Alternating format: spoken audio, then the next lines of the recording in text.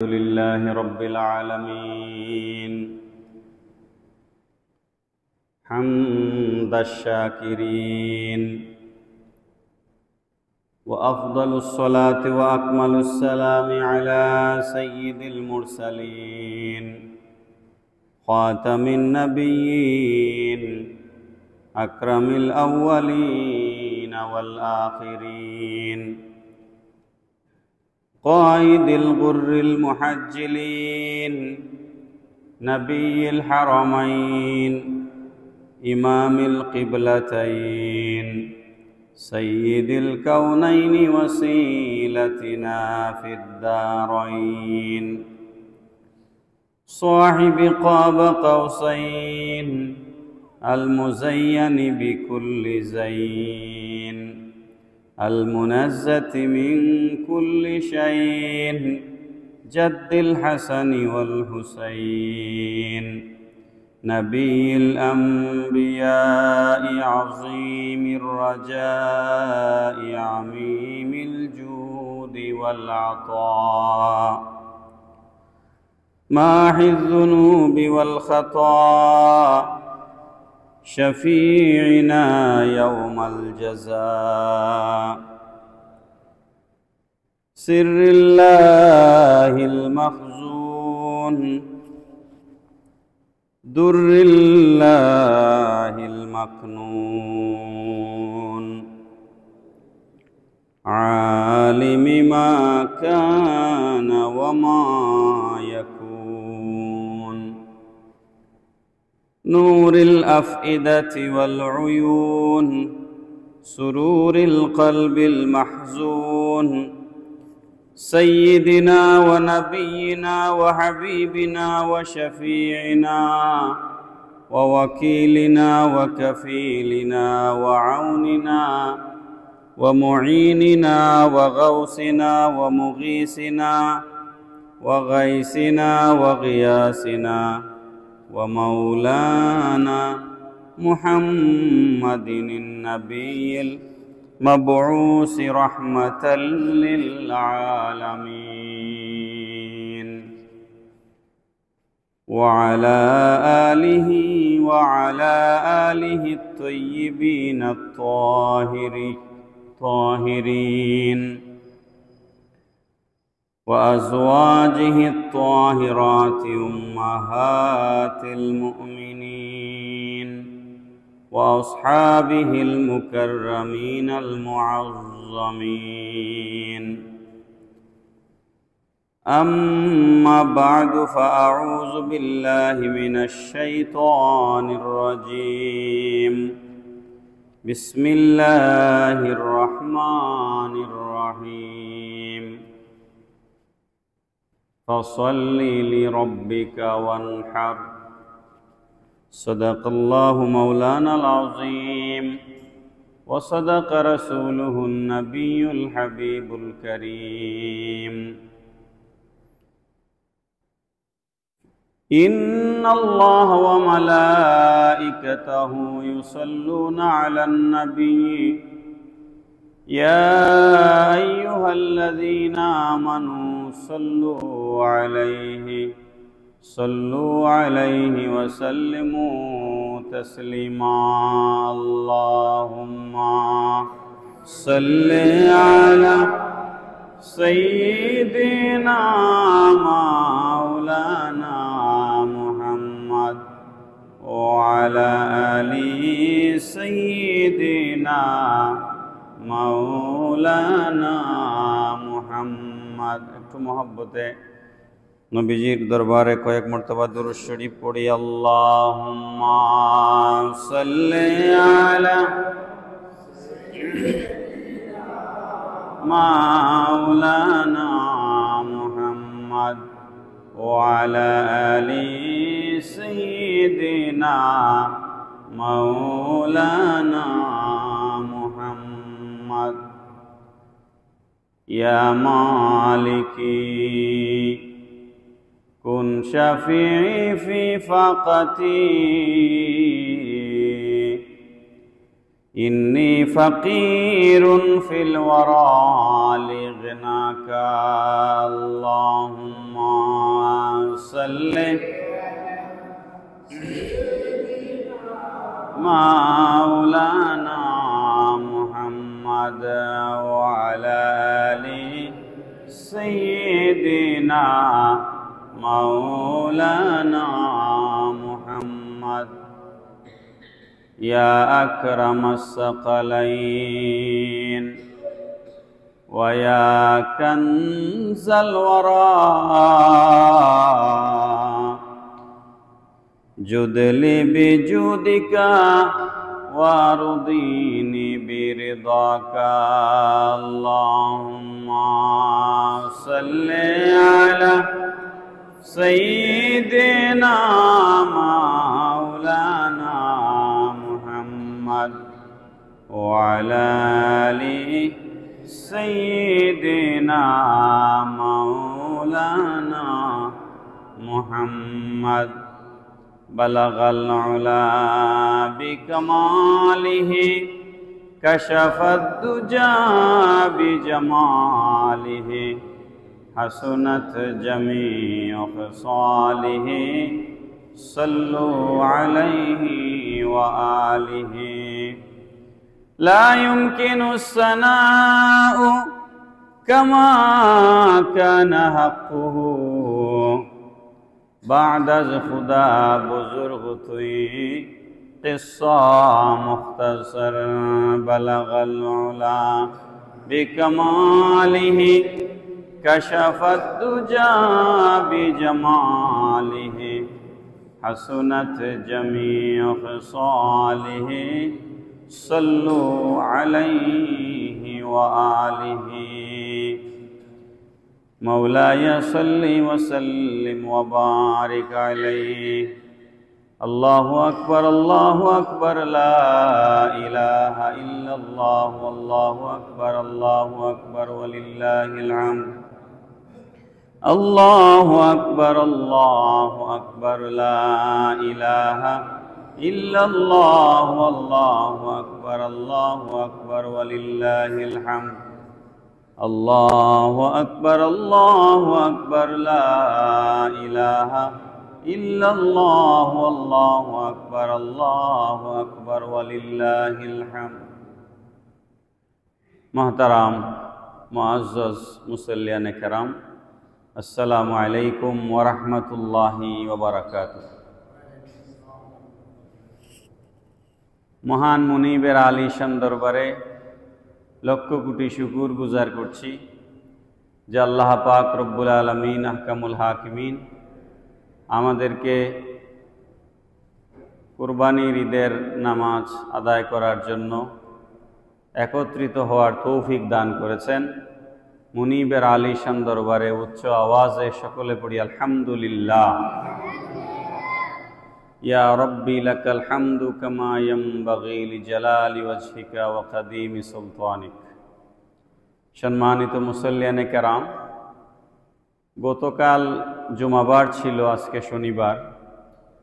গত জুমার বয়ানে আমরা কুরবানির মাসলা মাসাইল বিস্তারিত আলোচনা করেছি। আপনারা যারা জুমায় ছিলেন আপনারা জানেন।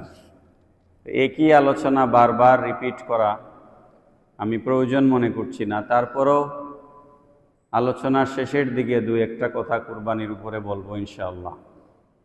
যেহেতু এটা হজের খুতবা, মানে হজের সিজনের আমাদের আজকে ঈদ, রসুল করিম রউফুর রহিম সাল্লাল্লাহু তাআলা আলাইহি ওয়াসাল্লাম নবীজির জিন্দেগিতে বিভিন্ন জায়গায়, মসজিদে, জেহাদের ময়দানে, আরাফাতের ময়দানে, বিভিন্ন জায়গায় আল্লাহর রসুল সাল্লাল্লাহু আলাইহি সাল্লাম বিভিন্ন সময়ে সাহাবায়ে কেরামদের সামনে ভাষণ দিয়েছেন, ওয়াজ করেছেন, বক্তৃতা দিয়েছেন। আমরা আজকে প্রাসঙ্গিক হওয়ার কারণে রসুল করিম সাল্লাল্লাহু আলাইহি সাল্লামার বিদায় হজ্জের ভাষণের সামান্য আলোচনা আমি আপনাদের সামনে করব। আপনি নির্দ্বিধায় এটাকে বলতে পারেন একটা universal declaration of human rights. ১৫০০ বছর আগে বিদায় হজ্জের ভাষণে আল্লাহর হাবিব সাল্লাল্লাহু আলাইহি সাল্লাম অতি সংক্ষেপে মানুষের অধিকারের কথা বলে গেছেন। আমরা মুসলমান হিসেবে, রসুলের উম্মত হিসেবে এগুলো আমাদের জানা এবং মানা আমাদের উপর একান্ত জরুরি। সেটা মাথায় রেখে পুরা ভাষণের আলোচনা এই মুহূর্তে করা সম্ভব নয়। নবী করিম সাল্লাল্লাহু তাআলা আলাইহি ওয়াসাল্লাম বিদায় হজ্জের ভাষণ দিয়েছিলেন। প্রায় ১.৫ লক্ষ সাহাবী উপস্থিত ছিলেন। সুবহানাল্লাহ। প্রায় ১.৫ লক্ষ সাহাবীর সামনে আল্লাহর হাবিব সাল্লাল্লাহু আলাইহি সাল্লাম আরাফাতের ময়দানে যে ভাষণ দিয়েছিলেন, এটাকে ইতিহাসে বিদায় হজ্জের ভাষণ বলা হয়। বিদায় হজ এই কারণে বলা হয়, কারণ এরপরে আর রসুল করিম সাল্লাল্লাহু আলাইহি সাল্লাম হজ করেননি। এরপরে নবীজি দুনিয়ার থেকে পর্দা করেছেন। তো নবী পাক সাল্লাল্লাহু আলাইহি সাল্লাম ১৫০০ সাহাবীর সামনে যে ভাষণ দিয়েছিলেন, ১৫০০ বছর আগে মাইক ছিল না, কোনো সাউন্ড সিস্টেম ছিল না। আপনারা কি আমার সাথে একমত না দ্বিমত? ১৫০০ বছর আগে কোনো সাউন্ড সিস্টেম আবিষ্কার হয়নি। ১৫০০ সাহাবীর সামনে দাঁড়িয়ে নবীজি যে ভাষণ দিয়েছেন, নবীজির একেবারে সামনে দাঁড়িয়ে যিনি ভাষণ শুনেছেন, তিনি যেই আওয়াজে যেইভাবে নবীজির ভাষণ শুনেছেন, ১.৫ লক্ষ সাহাবীর, বারবার ১৫০০ বলছি, ১.৫ লক্ষ সাহাবীর পেছনে যিনি ছিলেন তিনিও সমানভাবে আওয়াজ শুনেছেন। এটা হচ্ছে আমার রসুলের মুজিজা। এটা রসুলের কি মুজিজা? এই যে ১.৫ লক্ষ সাহাবীর সামনে আল্লাহর রসুল সাল্লাল্লাহু আলাইহি সাল্লাম যে ভাষণ দিলেন, ওই ভাষণের প্রেক্ষিতে আল্লাহ পাক রব্বুল আলামিন কুরআনুল কারীমের একখানা আয়াত নাজিল করলেন। আয়াতে কারিমার ভিতরে আল্লাহ রব্বুল আলামিন বলছেন, আল ইয়াউমা আকমালতু লাকুম দীনাকুম ওয়া আতমামতু আলাইকুম নি'মাতি ওয়া রাদিতু লাকুমুল ইসলাম দীনা। আল্লাহ পাক রব্বুল আলামিন বললেন, হাবিব আমার, আজকে আপনার উম্মতদের জন্য আমি হুবহু বাংলা অনুবাদ করছি না আয়াতের, আমি আপনাদেরকে নির্যাস বলছি সংক্ষেপে কথা বলার জন্য। আল্লাহ পাক বললেন, পেয়ারা রসুল আমার, আজকে আপনার উম্মতের উপরে এই দিনকে পরিপূর্ণ করে দেওয়া হলো। বড় করে বলেন না সুবহানাল্লাহ। ধর্ম হিসাবে, দিন হিসাবে ইসলাম পরিপূর্ণতা পেয়েছে, এতে আমরা খুশি না বেজার? ইসলামে কোনো সমস্যা, এমন কোনো সমস্যা নাই যেটার সমাধান ইসলামে নাই। এটা পরিপূর্ণ। ইন্নাদ দীনা ইনদাল্লাহিল ইসলাম, পরিপূর্ণ মুকাম্মল একটা জীবন ব্যবস্থা। পড়েন সুবহানাল্লাহ। ওয়া আতমামতু আলাইকুম নি'মাতি, আর আমি আল্লাহর যত নেয়ামত আছে আপনার উম্মতদের উপরে আমি আজকে সমস্ত নেয়ামতকে পূর্ণতা দিলাম। ওয়া রাদিতু লাকুমুল ইসলাম দীনা, আর ইসলামের উপরে ধর্ম হিসেবে, জীবন ব্যবস্থা হিসেবে, দিন হিসেবে ইসলামের উপরে আমি আল্লাহ আজকে রাজি হয়ে গেলাম। কয়টা বিষয়ে আয়াতে আসছে? ৩টা। কয়টা বিষয়? একটা হচ্ছে দিনকে পরিপূর্ণতা দেওয়া হলো, ১ নাম্বার। ২ নাম্বার হচ্ছে নেয়ামতকে পূর্ণতা দেওয়া হলো, আর ৩ নাম্বার হচ্ছে ইসলামের উপরে আল্লাহ রাজি হয়ে গেলেন। সুবহানাল্লাহ। এই ৩টা বিষয় একসাথে একটা আয়াতে কারিমার ভিতরে আসলো। এই আয়াতে কারিমা নাজিল হওয়ার পর হযরতে আব্দুল্লাহ ইবনে আব্বাস রাদিয়াল্লাহু তাআলা আনহুমা হাদিস বয়ান দিচ্ছেন, এই আয়াত নাজিল হওয়ার পর একজন ইহুদি আসলো। একজন ইহুদি এসে, 2টা বর্ণনা এসেছে।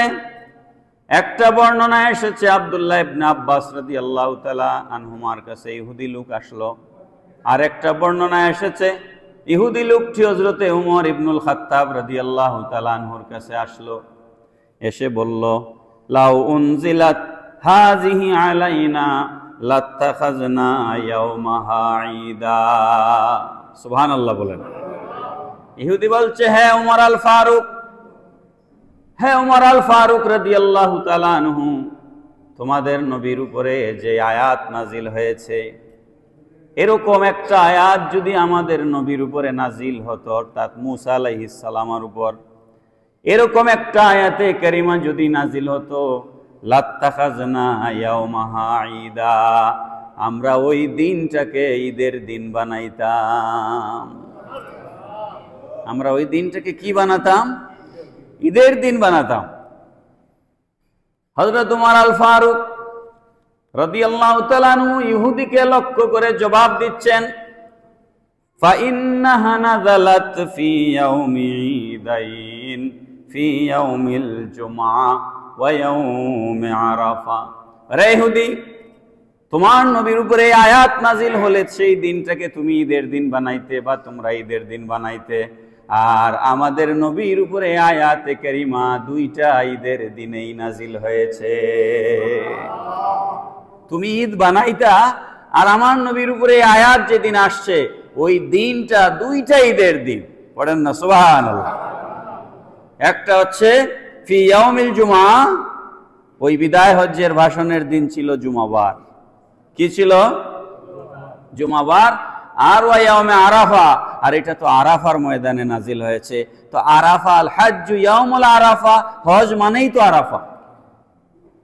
আরাফার দিন ঈদের দিন, জুমাবার দিন ঈদের দিন। আমাদের নবীর উপরে আয়াত তো দুইটা ঈদের দিনেই নাজিল হয়েছে। বড় করে বলেন সুবহানাল্লাহ। এর হাজিরিন, সব কথা বলবার সময় হাতে নাই।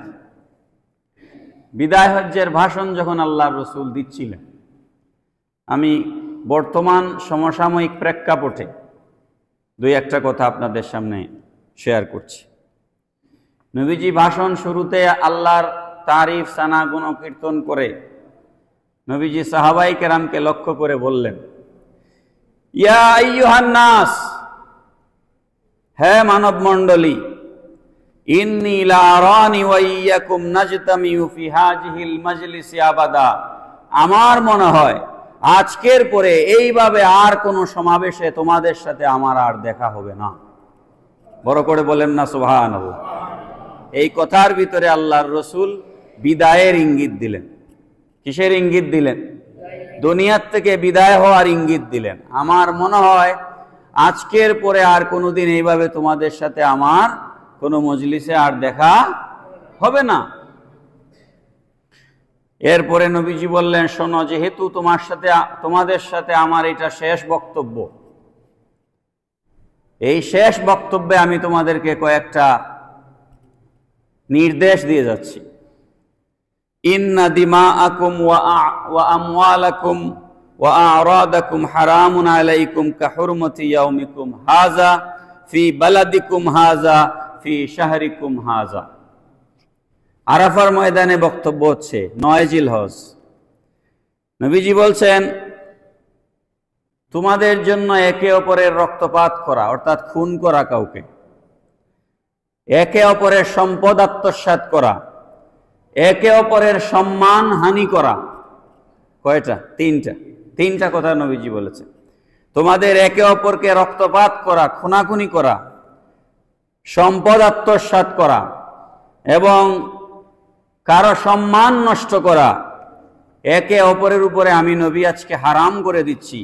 যেইভাবে আজকের এই দিন তোমাদের কাছে সম্মানিত, এই শহর মক্কা নগরী তোমাদের কাছে সম্মানিত, এই আরাফার ময়দান তোমাদের কাছে যেভাবে সম্মানিত, এই হজের মাস তোমাদের কাছে যেভাবে সম্মানিত, ঠিক তদ্রূপ এক ভাইয়ের রক্ত আরেক ভাইয়ের কাছে সম্মানিত, এক ভাইয়ের সম্পদ আরেক ভাইয়ের কাছে সম্মানিত, এক ভাইয়ের সম্মান আরেক ভাইয়ের কাছে সম্মানিত। বলেন সুবহানাল্লাহ।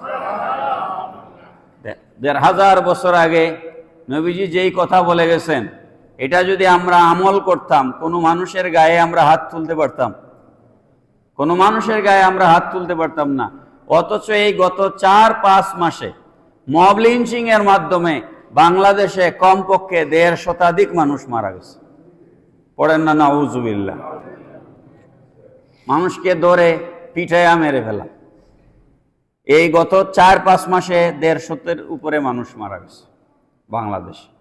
মুসলমান যদি কেউ কোরআন বুঝে, রসুলের হাদিস বুঝে যদি সে ইসলাম গ্রহণ করে, তার ভেতরে যদি ইসলাম থাকে, সে আরেক মুসলমানের গায়ে হাত তুলতে পারে না। মেরে ফেলা তো বহু দূরের কথা, গায়ে হাত তুলতে পারে না। এমন কোনো কথা বলতে পারে না যে এই কথার দ্বারা আরেকজনের সম্মান নষ্ট হয়, যে কথার দ্বারা আরেকজনের ইজ্জত নষ্ট হয়, সম্মান নষ্ট হয়, এমন কোনো কথা এক মুসলমান আরেকজনকে বলতে পারে না। তো নবীজি বললেন, তোমাদের রক্ত, রক্ত মানে জীবন, রক্ত মানে কি? জীবন, তোমাদের সম্পদ এবং তোমাদের ইজ্জত, এই তিনটা আজকের এই দিন, আরাফাতের দিন, এই আরাফার ময়দান, এই শহর এবং এই হজের মাস যেভাবে পবিত্র, এই জিনিসগুলো তোমাদের একে অপরের জন্য পবিত্র। পড়েন সুবহানাল্লাহ। এরপরে নবীজি বললেন, ইলা ইয়াউমি তালকাউনা রাব্বাকুম, আমি তোমাদেরকে এটা বলে যাচ্ছি, অচিরেই তোমরা সবাই রবের সাথে মিলিত হবে। এই জিন্দেগি, এই জীবন শেষ নয়। ওয়াসাতালকাউনা রাব্বাকুম ফায়াসআলুকুম আন আমালিকুম, তোমরা অচিরেই আল্লাহ রাব্বুল আলামিনের কাছে গিয়ে মিলিত হবে। আর এই পৃথিবীতে 50, 60, 70 বছরের জিন্দেগিতে তুমি কি করেছিলে, কার সাথে কেমন আচরণ করেছিলে, ফায়াসআলুকুম আন আমালিকুম, তোমাদের সমস্ত কাজের জবাবদিহিতা আল্লাহর কাছে দিতে হবে। সব বিষয়ে তোমাদেরকে প্রশ্ন করা হবে, একটা বিষয়ও তোমাকে ছেড়ে দেওয়া হবে না। সুতরাং আমাদেরকে নবীজির বিদায় হজ্জের এই ভাষণের উপরে আমল করা দরকার আছে না নাই? তারপর 3 নম্বর নবীজি বললেন, আলা কুল্লু শাইইন মিন আমরিল জাহিলিয়াতি তাহতা কদমাইয়া মাউদুন, জাহিলিয়াতের যুগের যত অশ্লীলতা আছে, বায়াপনা আছে, সুদ আছে, মদ আছে, জেনা ব্যভিচার আছে, যেগুলো জাহিলিয়াতের যুগে চলতো সমাজে, অসামাজিক যত কার্যক্রম, সব কিছু আজকে আমি আরাফার ময়দানে দাঁড়িয়ে আমার কদমের নিচে ফেলে দাফন করে দিলাম। পড়েন সুবহানাল্লাহ। এরপরে নবীজি বললেন, ওয়া দিমাউল জাহিলিয়াতে মাওদুআতুন, জাহিলিয়াতের যুগে যে কিসাসের যে বিধান, যে বিষয় অমীমাংসিত থেকে গেছে, হত্যার বিচার যেটা অমীমাংসিত থেকে গেছে, আজকে আমি সেটা এখানে মাফ করে দিলাম।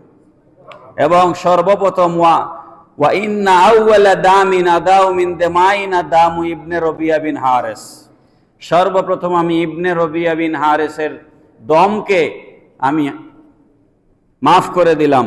ওয়া রিবাল জাহিলিয়াতে মাউদুআতুন, আর আজকে আরাফাতের ময়দানে দাঁড়িয়ে আমি সমস্ত সুদকে হারাম তো সুদ আল্লাহ করে দিয়েছেন কোরআন শরীফে। ওয়া রিবাল জাহিলিয়াতে মাউদুআতুন, জাহিলিয়াতের যুগে যত সুদের লেনদেন ছিল সব কিছু আজকে এখানে সমাপ্ত করা হলো। মূলধন যেটা আছে ওটা ফেরত পাবে, মূলধন যেটা আছে ওটা কি ফেরত পাবে, কোনো লভ্যাংশ ফেরত পাবে না। আপনারা বলেন, পৃথিবীতে বর্তমানে কোনো অর্থ ব্যবস্থা সুদ ছাড়া আছে? পৃথিবীর কোথাও সুদ ছাড়া কোনো অর্থ ব্যবস্থা নাই। এবং সুদকে এখন আর আমরা অপরাধ মনে করি না। সুদ এখন এটা আমাদের গায়ের সাথে সয়ে গেছে। আল্লাহ আমাদেরকে হেফাজত করুন, সবাই পড়ুন আমিন। এরপর নবীজি বললেন, ওয়া আউয়ালু রিবান আদাউ রিবা আব্বাস ইবনে আব্দুল মুত্তালিব ফাইন্নাহু মাউদুন কুল্লুহু, সর্বপ্রথম আমি আব্বাস ইবনে আব্দুল মুত্তালিবের সুদকে শেষ করে মওকুফ করলাম। তারপর নবী পাক সাল্লাল্লাহু আলাইহি সাল্লাম বলছেন, ফাত্তাকুল্লাহা ফিন নিসা, তোমরা নারীদের ব্যাপারে আল্লাহকে ভয় করো, নারীদের ব্যাপারে আল্লাহকে ভয় করো। ফাইন্নাকুম আখাজতুমুহুন্না বিআমনিল্লাহ, কেননা তোমরা নারীদেরকে স্ত্রী হিসেবে আল্লাহর নিরাপত্তায় তোমাদের জিম্মায় গ্রহণ করেছো। অর্থাৎ এখানে স্ত্রীদের মর্যাদার কথা বলা হচ্ছে। ওয়াস্তাহলালতুম ফুরুজাহুন্না বিকালিমাতিল্লাহ, আর আল্লাহর কালাম পাঠ করে তোমরা নারীদেরকে স্ত্রী হিসেবে গ্রহণ করেছো।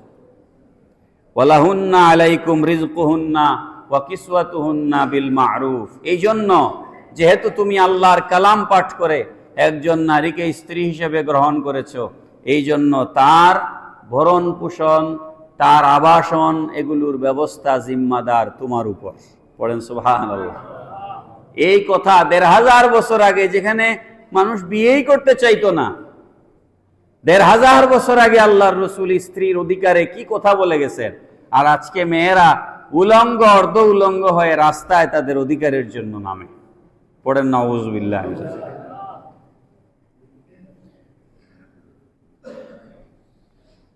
এরপরে নবীজি বলছেন, ইয়া আইয়ুহান নাস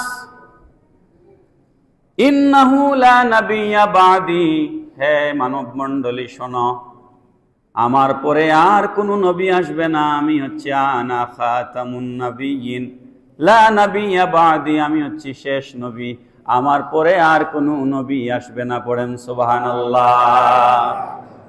সুতরাং নবীজির এই কথা অনুযায়ী আর কোরআন শরীফের ওই আয়াত অনুযায়ী, মা কানা মুহাম্মাদুন আবা আহাদিম মির রিজালিকুম ওয়ালাকির রাসূলুল্লাহি ওয়া খাতামান নাবিয়্যিন। সুবহানাল্লাহ পড়ুন। আল্লাহ আমাদের নবীকে কোরআনে শেষ নবী বলেছেন, হাদিস শরীফে নবীজি নিজে নবীজিকে শেষ নবী বলেছেন।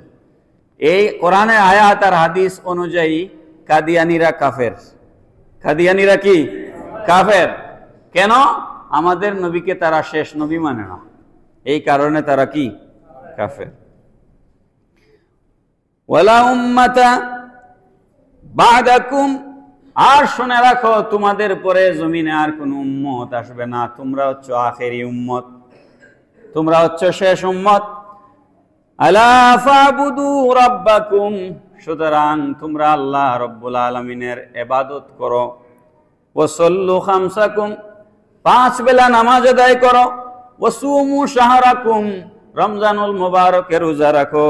ওয়াদ্দু যাকাত আমওয়ালিকুম তাইয়্যিবাতুম বিহা আনফুসাকুম, আর তোমরা তোমাদের ধন সম্পদের যাকাত দাও, এই যাকাত তোমাদের সম্পদকে পবিত্র করবে।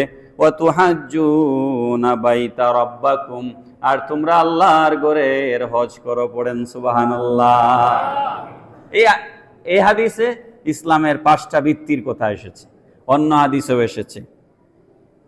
ওয়া আতিউ ওয়ালায়াতু আমরিকুম তাদখুলু জান্নাতা রাব্বাকুম, আর তোমরা তোমাদের মধ্যে যারা ইসলাম মেনে, দিন মেনে, কোরআন মেনে, সুন্নাহ মেনে, শরীয়ত মেনে যারা শাসন কার্য পরিচালনা করে, রাষ্ট্র পরিচালনা করে, তাদের নেতৃত্বকে তোমরা মানো। যদি এই জিনিসগুলো তোমরা মেনে চলো, তাদখুলু জান্নাতা রাব্বাকুম, তাহলে তোমরা আল্লাহর বেহেশতে প্রবেশ করে যাবে। সুবহানাল্লাহ। এরপর নবীজি বলছেন, ওয়াকাদ তারাকতু ফীকুম আমরাইনি মা তামাসসাকতুম বিহি লান তাদিল্লু বাদাহু ইন ইতাসামতুম বিহি কিতাবাল্লাহি ওয়া সুন্নাতা রাসূলিল্লাহ। নবীজি বলছেন, আমার উম্মতেরা, আমি দুটো জিনিস তোমাদের সামনে রেখে যাচ্ছি, একটা হচ্ছে আল্লাহর কিতাব, আর একটা হচ্ছে আমি নবীর সুন্নত। আল্লাহর কিতাব কুরআনুল কারীম আর আমার সুন্নতকে যদি তোমরা দাঁত কামড়ে শক্ত করে আঁকড়ে ধরতে পারো, লান তাদিল্লু, তোমরা কখনোই গুমরাহ হবে না। এরপর নবীজি বলছেন, ওয়া আনতুম তাসালুনা আন্নী ফামা আনতুম কাইলুনা ক্বালু নাশহাদু ইন্নাকা ক্বাদ বাল্লাগতা ওয়া আদাইতা ওয়া নাসাহতা। নবীজি সাহাবায়ে কেরামকে লক্ষ্য করে বললেন, আমার ব্যাপারে তোমরা কি মন্তব্য করো? আল্লাহ রাব্বুল আলামিন আমাকে যে রাসূল করে জমিনে পাঠিয়েছিলেন, আমি কি আমার দায়িত্ব ঠিকঠাক মতো আদায় করেছি? সুবহানাল্লাহ বলেন। নবীজি জিজ্ঞেস করতেছেন। কিভাবে জিজ্ঞেস করতেন শুনেন। ফাকালা বিইসবাইহি সাবাবাতা, সাবাবা মানে এই আঙ্গুল, তর্জনী, এটাকে কি বলে?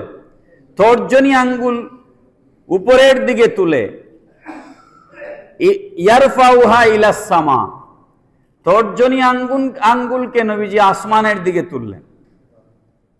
ওয়া ইউহাররিকুহুমা ইলান নাস, আর মানুষের দিকে হাত নাড়িয়ে নবীজি জিজ্ঞেস করলেন, আমার ব্যাপারে তোমাদের মন্তব্য কি? আমি কি আমার দায়িত্ব কাদ বাল্লাগতা ওয়া আদাইতা ওয়া নাসাহতা? তারা সাহাবায়ে কেরাম সকলে বললেন, ইয়া রাসূলুল্লাহ, আপনি আপনার জিম্মাদারি সঠিকভাবে আদায় করেছেন, আপনি আমাদের কাছে আল্লাহর বাণী পৌঁছেছেন, আপনার দায়িত্ব পালন করেছেন, নসিহত করেছেন। পড়েন সুবহানাল্লাহ। নবীজি আবেগ আপ্লুত হয়ে গেলেন। 1.5 লক্ষ সাহাবী একসাথে 1.5 লক্ষ সাহাবী বললেন, ইয়া রাসূলুল্লাহ, আপনি যথাযথভাবে আপনার দায়িত্ব আদায় করেছেন। নবীজি আবেগ আপ্লুত হয়ে আকাশের দিকে তর্জনী আঙ্গুল তুলে, আঙ্গুল মোবারক তুলে নবীজি বললেন, আল্লাহুম্মা শাহাদ। 3 বার নবীজি বললেন, আল্লাহুম্মা শাহাদ, আল্লাহুম্মা শাহাদ, আল্লাহুম্মা শাহাদ। আল্লাহ তুমি সাক্ষী থাকো, আল্লাহ তুমি সাক্ষী থাকো, আল্লাহ তুমি সাক্ষী থাকো। আমার সাহাবীরা সাক্ষী দিচ্ছে। পড়েন সুবহানাল্লাহ। আল্লাহ তুমি সাক্ষী থাকো। এরপর এই আয়াত নাজিল হলো, যে আয়াতটা দিয়ে আলোচনা শুরু করেছিলাম। আল ইয়াউমা আকমালতু লাকুম দীনাকুম ওয়া আতমামতু আলাইকুম নি'মাতি ওয়া রাদিতু লাকুমুল ইসলাম দীনা। প্যার হাজিরিন, বক্তব্য শেষ করে, আরো কথা আছে, সংক্ষেপ করলাম। বক্তব্য শেষ করে নবীজি সাহাবায়ে কেরামকে বললেন, আলা লিয়ুবাল্লিগু শাহিদুল গায়েব। আজকে তোমরা যারা হাজির আছো, তোমাদেরকে আমি দায়িত্ব দিচ্ছি, যারা আজকে এখানে আসতে পারে নাই, গায়েব যারা আছে, গয়ের হাজির যারা আছে, তাদের কাছে তোমরা আমার পয়গাম পৌঁছে দিবে। পড়েন সুবহানাল্লাহ। এই জন্য আমরা নবীজির কোনো হাদিস শুনলেই আপনাদের সামনে বয়ান করার চেষ্টা করি। এটা হচ্ছে নবীজির নির্দেশ। আল্লাহ পাক কবুল করুন সবাই, পড়ুন আমিন। আল্লাহু আকবার, আল্লাহু আকবার, লা ইলাহা ইল্লাল্লাহ, আল্লাহু আকবার, আল্লাহু আকবার, লা ইলাহা ইল্লাল্লাহ, আল্লাহু আকবার, আল্লাহু আকবার, ওয়ালিল্লাহিল হামদ। আল্লাহু আকবার, আল্লাহু আকবার, লা ইলাহা ইল্লাল্লাহ, আল্লাহু আকবার, আল্লাহু আকবার, ওয়ালিল্লাহিল হামদ। প্যারা হাজিরিন, তো এবার আসেন কুরবানি। আমরা এখান থেকে নামাজ পড়ে গিয়ে যাদের কুরবানির পশু কিনেছি, আমরা কুরবানি করব। এর মাসলা মাসাইল আপনারা অলমোস্ট জানেন। আমি বিস্তারিত কোনো কথায় যাচ্ছি না, এবং কালকে জুমায় সব কথা আলোচনা হয়েছে ইনশাল্লাহ। নবীজি কুরবানির ব্যাপারে অনেক হাদিস আছে, কুরবানির উপরে সব হাদিসের কিতাবে আলোচনা এসেছে। আন যায়েদ বিন আরকাম